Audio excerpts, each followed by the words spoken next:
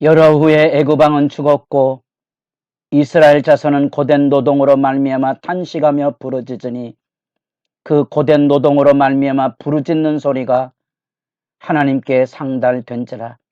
하나님이 그들의 고통 소리를 들으시고 하나님이 아브라함과 이삭과 야곱에게 세운 그의 언약을 기억하사 하나님이 이스라엘 자손을 돌보셨고 하나님이 그들을 기억하셨더라.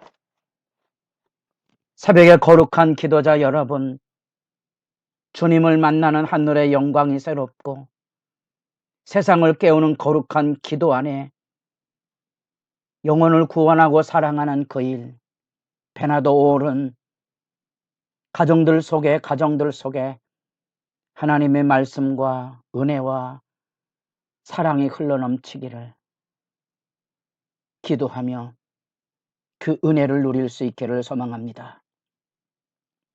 오늘 우리가 읽어갈 말씀은 사무엘상 9장 15절에서 27절까지의 말씀으로서 드디어 하나님의 역사하심의 말씀의 계시가 사무엘을 통하여 사울을 만나는 그 거룩한 역사로 이루어져 가는 흥미진진한 이야기를 우리가 만나보게 됩니다. 우리는 그 말씀 안에서 하나님의 역사하시는 구체적인 현장을 만납니다. 하나님이 어떻게 하나님의 백성들을 돌보셔서 그 백성들의 왕을 요구하는 하나님에 대한 거역임에도 불구하고 그들의 요구를 품에 안아주시고 어떻게 그들의 삶의 자리 안에 구원의 역사를 이루어 가시는지, 특별히 이 사무엘이 사울을 만나기 전에 사무엘에게 들려진 계시의 말씀을 통하여 16절 말씀, 내일 이맘때 내가 베냐민 땅에서 한 사람을 내게로 보내리니 너는 그에게 기름을 부어 내 백성 이스라엘의 지도자로 삼으라. 그가 내 백성을 블레셋 사람들의 손에서 구원하리라. 내 백성의 부르짖음이 내게 상달되었으므로 내가 그들을 돌보았노라. 마치 이 구절 안에 이스라엘 백성이 애굽에서 종살이하는 신음소리가 하늘에 들려 모세를 불러 세우시는 것처럼 출애굽기 2장의 부름입니다. 마치 이 말씀 안에도 사울을 통하여 하나님께서 지금 이스라엘 백성들을 블레셋의 지배에서 건질 것에 대한 하나님의 구원의 경륜을 우리가 만나보게 됩니다. 이 하나님이 어떻게 세상을 움직여 가시는지, 자기 백성의 안타까운 거역에도 불구하고 그들을 품에 안으시고 그들의 요구를 들어주시면서 그들에게 그렇게 새로운 기회, 새로운 역사, 새로운 능력을 부으셔서 준비하고 있는 모습과 그 안에 분명히 담겨져 있는 하나님의 말씀 계시, 이 말씀을 여러분들이 기억해야 할 일은 과연 사울이 이 사무엘의 이 부름의 말씀을 얼마나 귀담아 들었을까? 오늘 우리도 하나님 앞에 부름받은 사람으로 얼마나 하나님의 말씀은 귀담고 살까? 왜 첫사람 사울은 무너졌는가? 그런 전제를 가지고 주도 면밀하게 보시면 이 안에 담겨져 있는 의미, 곧 하나님께서 사울을 불러서 블레셋 사람들에게 신음하고 아파하는 그 삶의 자리를 풀어 구원하시려고 하는 하나님의 구원의 이 막중한 경륜이 사울에게 얼마나 소홀히 되고 거절되어 하나님의 뜻이 좌초가 되는지, 사울이는 한 사람의 흥망성쇠뿐 아니라 하나님의 뜻이 어떻게 어그러져 가는지, 여러분들이 시편을 읽으면 시편의 역사 시편 78편, 105편 이런 구절들을 읽어가면 이스라엘 역사 안에 하나님의 백성이 실제로 하나님을 거역했던 그런 역사의 장면들을 우리가 회고하고 돌아보면서 사실은 우리도, 우리 교회도, 현재 한국 교회도 그렇게 하나님의 부르신 사명에 대한 생각을 진지하게 돌아보게 된다는 사실입니다. 분명한 것은 이제 하나님께서 사울을 사무엘을 만날 수 있는 길로 이끄시고 사무엘이 하나님의 계시의 말씀을 듣고 드디어 사울을 만나게 됩니다. 이 하나님의 계획을 전해주고 있는 장면을 우리가 만나보게 됩니다. 하나님의 구원 계획이 뭐라 그랬죠? 하나님의 백성의 구원입니다. 어디서부터요? 블레셋 사람. 이렇게 들면 아마 여러분들이 사무엘상 말씀이 아마 떨림으로 다가오게 될 거예요. 블레셋 사람하고 누가 싸웠습니까? 사울이 싸웠습니까? 누가 싸웠습니까? 안타깝지만 요나단이 싸웠고 다윗이 싸웠다는 사실입니다. 사울은 블레셋과의 전쟁에 앞장서지 못했다는 사실을 아프게 좀 생각하시며 이 말씀을 들으면 이 하나님께서 말씀하시고 사무엘을 통해 일깨우시는 하나님의 말씀이 허투루 들리지 않을 겁니다. 또 이런 말씀을 여러분들 읽어야 이제 역사 속에서 난제, 이해하기 어려운 부분들을 우리가 함께 읽어가면서 다양한 생각들을 함께 아우르게 됩니다. 우리가 역사를 볼 때 어느 한편의 오름, 그것만 보아서는 역사를 이해하기 어렵거든요. 다양한 의견들이 상충돼 있고 그런 다양한 의견들을 어떻게 정돈해서 바라볼 수 있는 거가 역사의 지혜입니다. 그 지혜는 말씀을 읽을 때에도 우리가 하나님 앞에 배워야 될 믿음의 지혜이기도 하죠.